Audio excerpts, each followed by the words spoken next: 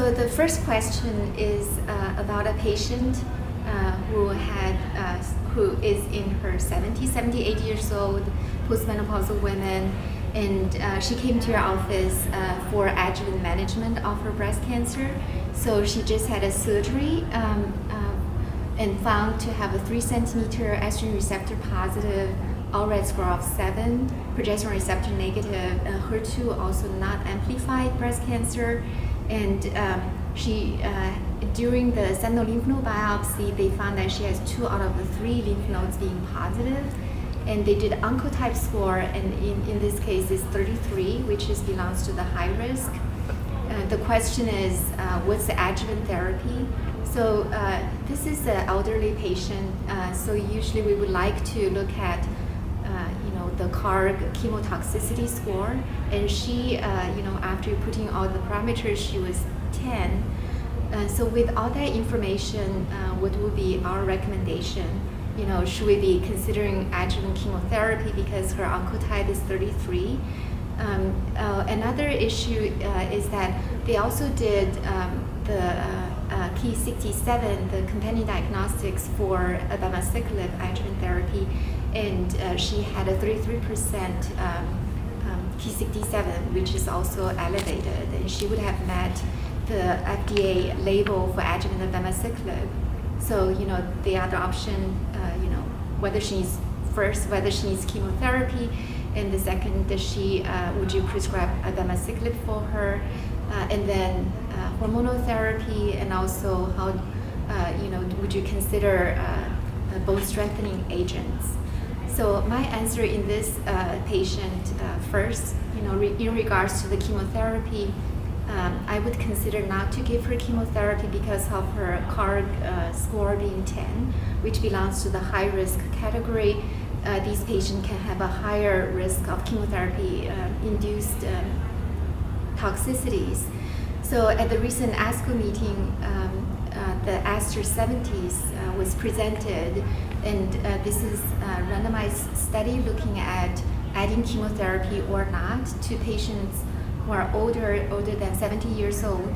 And also these patients also had a high genomic score with, in this case, with genomic grade index, although it's different than Oncotype. But what they found was that adding chemotherapy did not improve the overall survival at 4 years. There is a caveat that 20% of the patients assigned to chemotherapy arm did not really receive chemotherapy because of kind of the non-adherence to the chemotherapy assignment.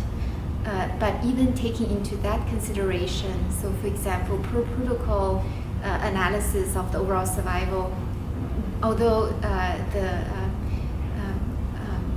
the overall survival was improved, it reached statistical significance, but the absolute difference was only 1.7%. So, in this patient who has a CARG score of 10 in the high-risk group, so I would say no chemotherapy in her situation. The second is, would we consider adjuvant abemaciclib? I think this is perhaps something that we could recommend to her on top of her adjuvant aromatase inhibitor because of her high risk with the oncotype and also the high Ki67. She is fairly healthy otherwise. I think this may be reasonable, but we'll just have to see how she tolerates. So I would certainly discuss with her about adjuvant abemaciclib, talk to her about potential toxicities, and also potential